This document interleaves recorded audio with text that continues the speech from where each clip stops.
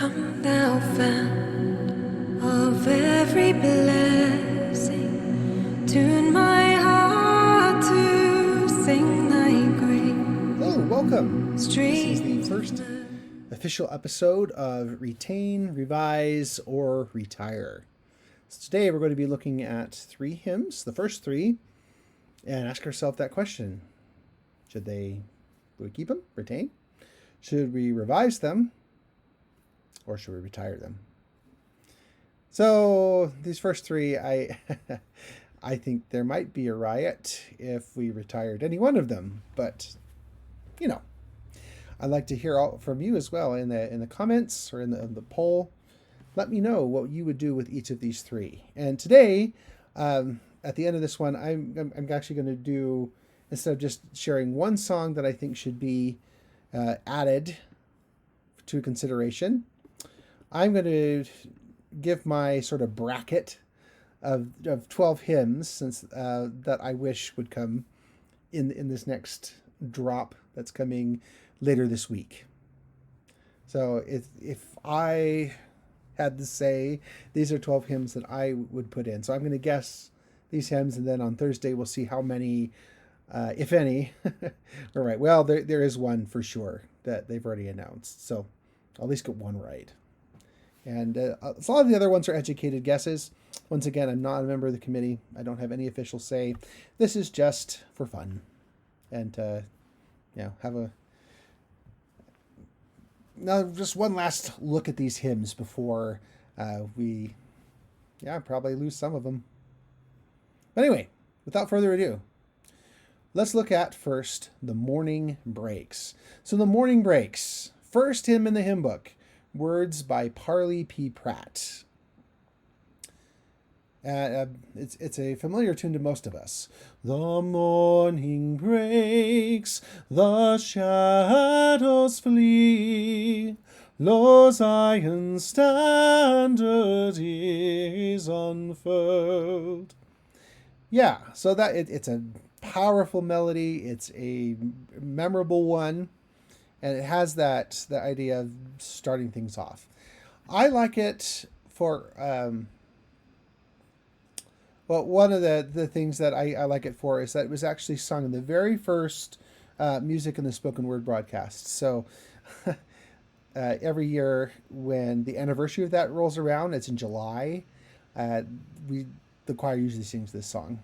And sometimes we even use it the first broadcast of the year because it's such a good, all right, it's a new day, it's a new dawn, the dawning of a brighter day, majestic rises on the world. I think that's a really good, last days restoration message. I think it's still really, universally applicable.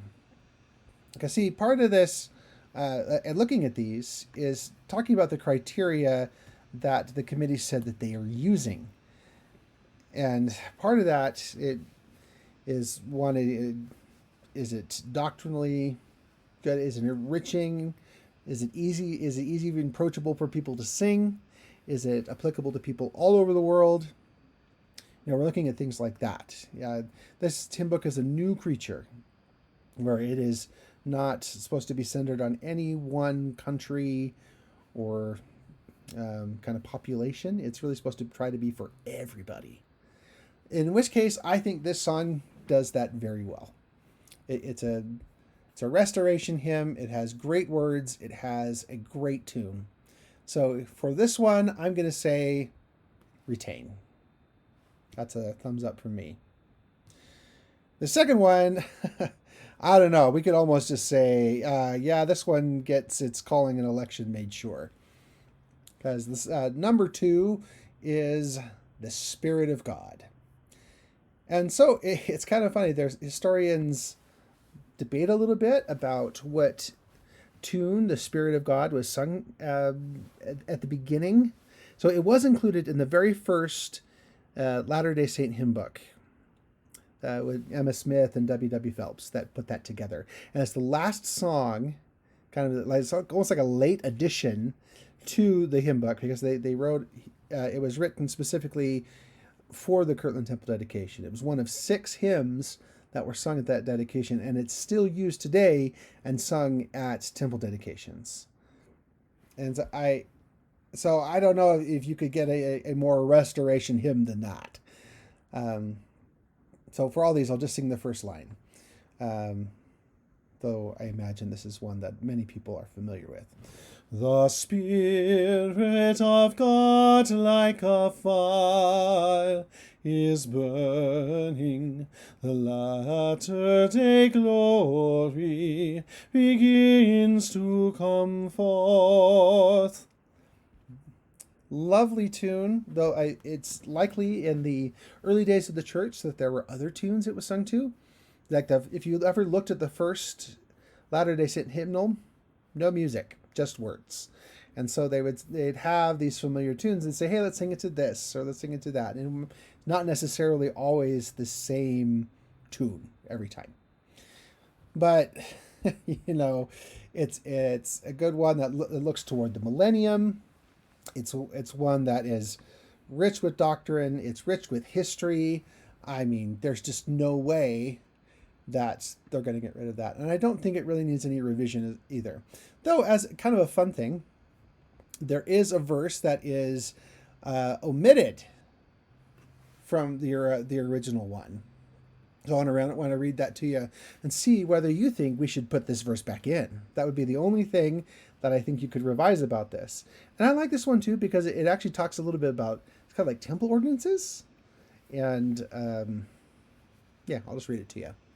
It says, "Will wash and be washed, and with oil be anointed, withal not omitting the washing of feet. For he that receiveth his penny appointed must surely be clean at the harvest of wheat." So it's talking a little about second coming stuff, the parable with the laborers and the penny, like the wages, and talking about washing and anointings.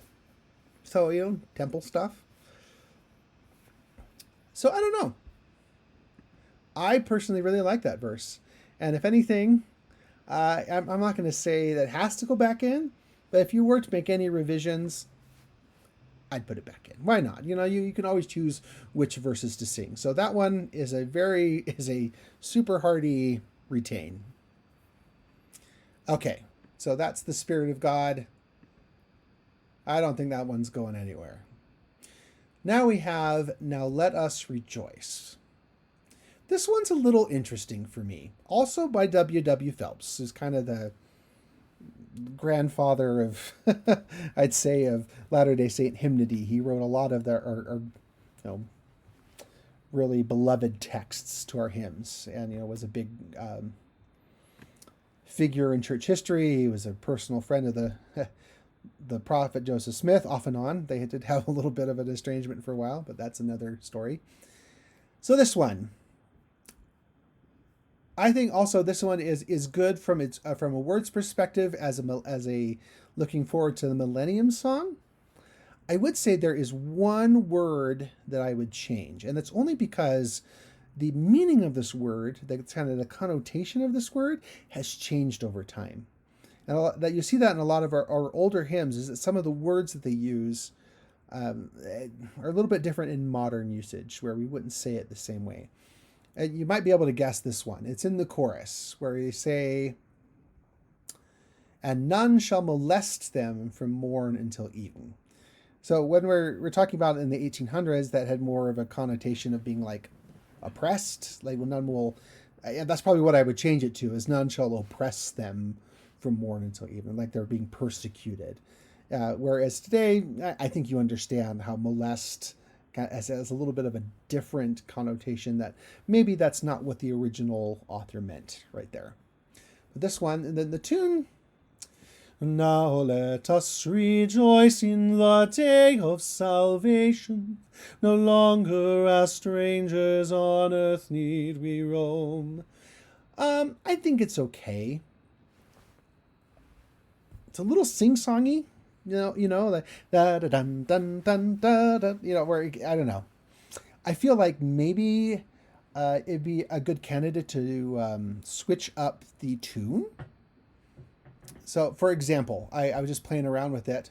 There's another one that we don't sing very much called "The Time Is Far Spent," that has a nice jaunty tune. And I was playing around and was like, oh yeah, you could totally mix it up and maybe it sound like, now let us rejoice in the day of salvation. No longer as strangers on earth need we roam. Good tidings are sounding to us and each nation. Shortly the hour of redemption will come. Sorry. I was like, shall come, will come? Ooh, which one is it? Shortly the hour of redemption will come. So I don't know. I think you can mix it up. Because I really like the words. I don't love the tune. And I would definitely change that one, the word molest, to something like oppress. So something that means something similar. So in this case, I'm going to give it a revise. So retain, revise, retire. So revise. All right, so those are my first three. We're not getting rid of any of those. Those are all, I think, staples. I think they're sung quite a bit, at least here in the United States. I think that's one of the big thing. One of the big things they're going to have to consider is that some songs that are beloved in the U.S. Are not beloved in other countries, and songs that aren't beloved here are beloved in other countries. So someone was telling me that one of the committee members said that In Our Lovely Deseret is super popular in some South American countries. Like, we don't sing that all that much here. And like, you think like, oh, Deseret, that's about Utah, like, but I guess some people really like it down there. So that I'm glad, honestly, that I'm not in charge of making the final decisions, because it's going to be kind of hard. It's probably why it's taking a while. All right, so to wrap it up, here is my bracket, so to speak. I don't do a lot of sports brackets, March Madness and whatnot. But if there was an equivalent in the musician's life, perhaps it would be this. So these 12 songs, they're all songs that I've sung at one time or another with the tab choir. And all of them either come from our tradition and were taken out, or they're from other Christian traditions. And so I figure if the Tabernacle Choir can sing it, then it's probably kosher with like doctrine and things like that. So that's why I call these kind of educated guesses. I know that one of the directors of the choir, the associate director, Ryan Murphy, is on the committee. So, these are some of the ones he might like. So they're educated guesses. I don't have any sort of insider information. I'm just doing this for fun to see if I can guess any of the ones that are going to be released on May 30th.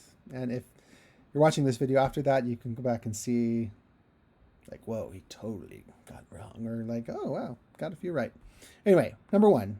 And this is the one that we know. Come thou fount of every blessing. They've already said it's coming. So, number one. Number two, His eye is on the sparrow. So this was sung in last General Conference. So I have a feeling maybe we're singing a few things that are coming out. So number two, His eye is on the sparrow. Number three, Softly and Tenderly. Also one that was sung in last conference and that's been sung at other conferences before. Beautiful hymn. And I think that would make a great addition to our hymnal. Number four, also sung in last conference, actually not by the Tab Choir, but by another choir, was Amazing Grace. But it's also been a staple at Tab Choir concerts. We've sung it quite a bit. And I think that's one that people are clamoring for. I think it would be really well received. So I hope it is. I think that would be really nice. Number five, It Is Well With My Soul. This one is just a no-brainer. I really, really hope they put this one in here because I think it's gained a lot of popularity among the Latter-day Saint membership in the past few years. It's been recorded by a lot of church members, artists, musical artists, and whatnot. So yeah, I'd like that. The next one is called To God Be the Glory, which is it's really popular in a lot of other Christian denominations. very powerful, kind of gets you all fired up to go do missionary work sort of song. Next one is called My God, My Portion, and My Love. This is another song I've sung in choir that is just wonderful, that I really would hope to be included. Next one is called Standing on the Promises, another one I've done in choir that kind of has like a little bit of a march feel too. Standing on the promises of Christ my King. And like how we talk a lot about covenants and the covenant path and whatnot. I just think that would be a really good one to do. The next one is one that used to be in our hymn book that I think with some reworking could be really good. I really like the words. I think that one of the reasons it was taken out was the music was a little bit old-fashioned, but it's called If the Way Be Full of Trial, Weary Not. Apparently it was President Thomas S. Monson's favorite hymn. And the tab choir sang it for, we celebrated one of his later birthdays. We held a concert for him and sang that. I was like, oh, and then we sang it in conference, and it's like, it's a good song. Number 10, this is one that has been kind of like unofficially already. It's called Faith in Every Footstep. So that was released for the sesquicentennial back in the late 90s. It's done all sorts of church events and stuff. I think that's going to get added. Another one that I said to somebody today, and they're like, that's not in the hymn book, is Be Thou My Vision. Also very popular these days. Be Thou my vision, O Lord of my heart. Beautiful song. Or that there's the other lyrics to that are sometimes sung, same tune, but it's take time to be holy. Yeah, which would also be really nice. So one of those. And then finally, number 12 is called O God Beyond All Praising. Now this one is done to the famous Holst tune, Jupiter. O God beyond all praising, we worship thee today. It's just one of my favorite tunes of all time, and the words are incredible. I hope that one gets added because I love it, and it has been done by the tap choir. I think it'd be an incredible addition to our hymns. So here's hoping. So next week we'll do a post-mortem.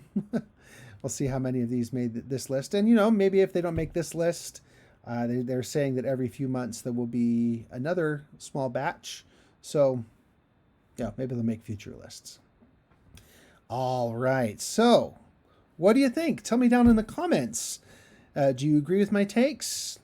Do you have other thoughts, opinions? I want to hear them all.